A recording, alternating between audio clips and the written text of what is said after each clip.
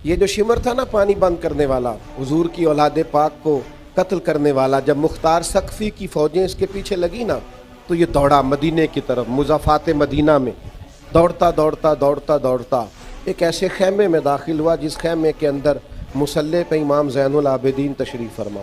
यूँ नज़र उठी इमाम अली मकाम।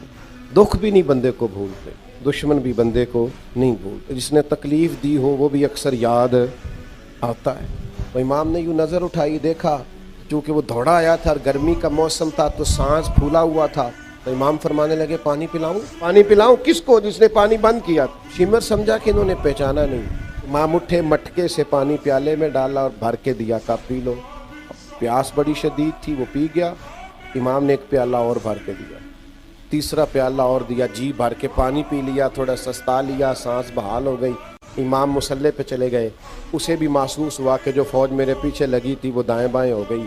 वो बाहर निकला, बाहर जाके ना तो वो शर्म से पानी पानी हो गया। लौट कर फिर अंदर आया तो उसे पता था कि फौजें मेरे पीछे हैं, मरना तो मैंने है ही, तो एक सच ना बोल जाऊं जाते जाते। कहने लगा ज़ैनुल आबिदीन शायद पहचाना नहीं, शर्म से गर्दन झुकी हुई, शायद आपने पहचाना नहीं।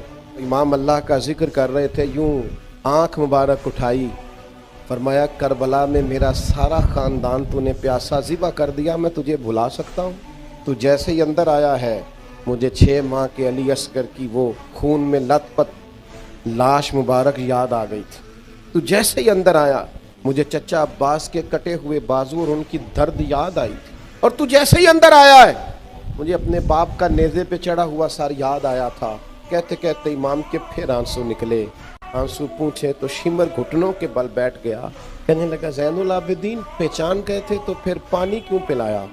तो इमाम ने यूं करके आंसू पूछे। कहने लगे मजबूर बड़ा हूं ना, अली का पोता हूं मैं, अली का पोता हूं, सैयदा का पोता हूं मैं, हुसैन का बेटा हूं। मेरे घर का रिवाज ही कुछ इस तरह का है। मैं अपनी खानदानी वजाहत से मजबूर हूं।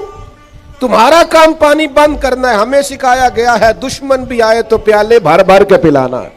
हमारा स्टेटस नहीं कि दुश्मन की तरह उसकी सतह पे आकर उससे मुकाबला करें।